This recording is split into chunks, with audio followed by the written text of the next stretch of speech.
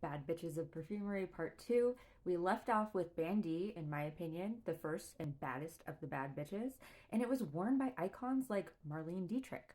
But now, let's talk about Bandy's polar opposite, Fracas. Germaine Cellier allegedly smelled the underwear of models to create Bandy. For Fracas, she turned to the alluring power of tuberose, a heady white floral with an herbaceous quality. Fracas is probably the fragrance Germaine was most known for. Everyone from Ava Gardner and Rita Hayworth to Martha Stewart, Madonna, Courtney Love, and Sofia Coppola have all worn this fragrance. My kid was watching the Lindsay Lohan Parent Trap the other day, and I squealed when I saw this on Elizabeth James' dressing table. There it is right there, Fracas. Beyond creating perfumes for Robert Piguet, Germaine was a frequent collaborator with Balmain.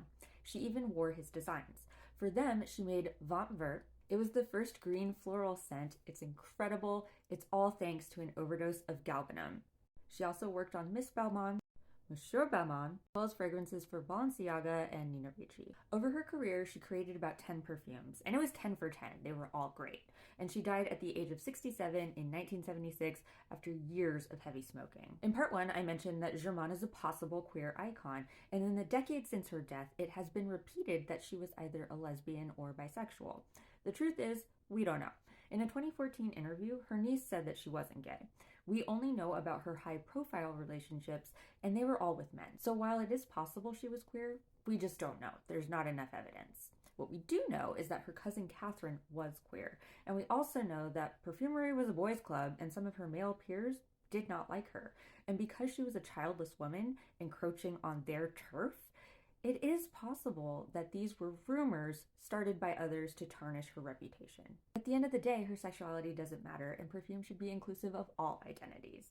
But I bring it up because it tends to be what people lead with when they talk about her.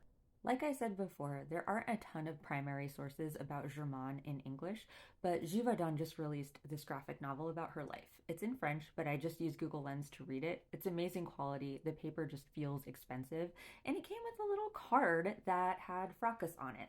Definitely recommend.